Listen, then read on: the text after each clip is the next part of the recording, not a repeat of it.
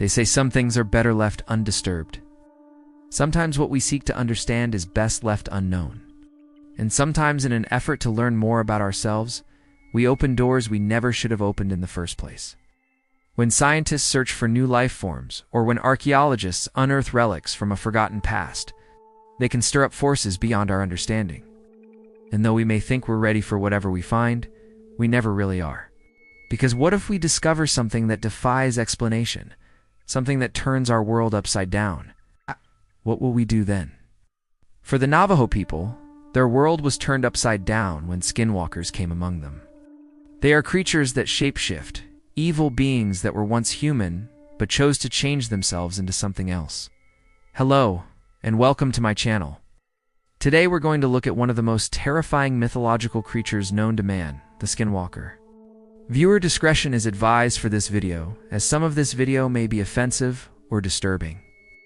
We, the makers of this video, in no way support or condone the actions of the subjects featured.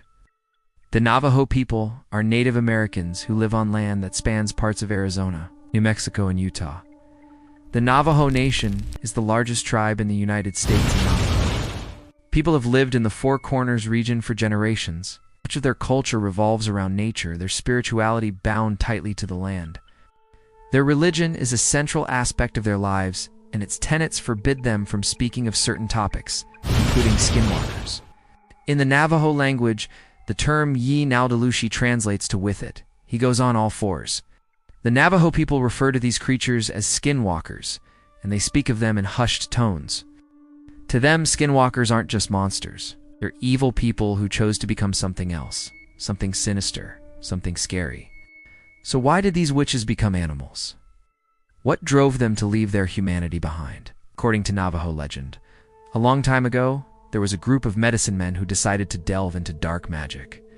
One of the practitioners was so ambitious he wanted to master all forms of magic, good, bad, and ugly. He wasn't satisfied with healing, witchcraft, and blessings.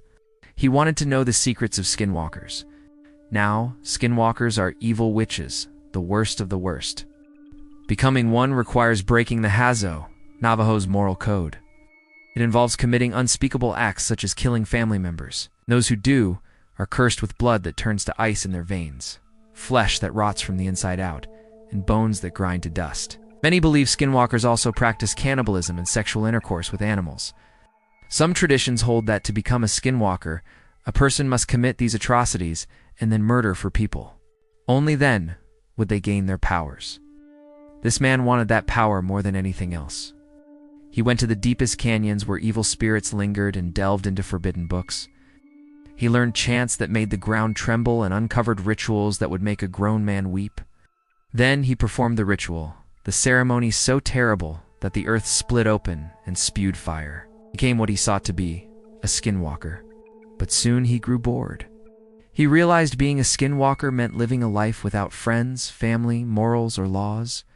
He was truly alone. However, he hadn't done the ritual for nothing. He now had a gift, one he could use to do great things. He could become any animal, big or small, real or imagined. And he could shift at will, taking his human form and leaving it behind whenever he pleased. At first, he used his powers for good, helping others and bringing balance to the world. But slowly, his heart turned cold. He grew cruel and violent and eventually became a dictator. He ruled over the Navajo, forcing them to do his will and threatening to destroy them if they disobeyed. Navajo religion holds that everyone has a soul. When we die, our souls leave our bodies and go to a place called the underworld. From there, we're judged. If we've done good deeds, we move to the middle world where humans live. If we've done bad things, we pass on to the upper world, which is full of riches and delights. The man who turned into a skinwalker wanted to rule all three worlds, and he had a plan to do just that. He convinced two of his disciples to join him and help carry out his nefarious plans. Together, the three of them set out to conquer the Navajo Nation.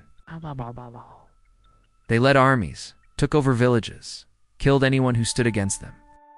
And before each battle, the main man would chant a spell that allowed him to take the form of a coyote, wolf, or owl. His followers loved this. They thought it made him a god. But the Navajo fought back. They had their own medicine men, and when they realized what was happening, they formed an alliance to defeat the Skinwalkers. A battle ensued that lasted for days, complete with spells, curses, and every kind of magic imaginable. Eventually, the Navajo emerged victorious. The 3 Skinwalkers fled, and from then on, they were hunted. The Navajo were determined to kill both the witches and the monsters they became. So they chased them through the canyons, across the mesas, and over the mountains, and finally, they trapped them. Then the greatest medicine man of all stepped forward. He raised his hands and spoke words of power. The earth trembled, and the sky cracked. A bolt of lightning struck each of the Skinwalkers, and they were frozen forever, turned to stone. Or maybe that's just a story. Maybe Skinwalkers still walk among us, hidden in plain sight, waiting for the chance to strike. Some Navajo believe that when Skinwalkers are slain, they come back even stronger. If you encounter one, they say your best bet is to run away, because fighting one means facing an enemy that won't stay dead. It's said that Skinwalkers are evil people who chose to become something else. They're people who lost their humanity and embraced the darkness inside them. People who chose to abandon everything they once were for ultimate power. They say that when Skinwalkers are killed, their souls linger on the earth plane, corrupting the land and poisoning the hearts of men. Some say that if you hear a Skinwalker call in the night, don't answer. If you do, you might just invite one into your life. And if you ever see a coyote walking on 2 legs, run away fast, because you're looking at a Skinwalker. If you hear footsteps behind you while you're hiking in the desert, don't turn around. If you do, you may come face to face with a Skinwalker. Some say they can only harm you if you see them, but others say it's better to be safe than sorry. Don't risk it.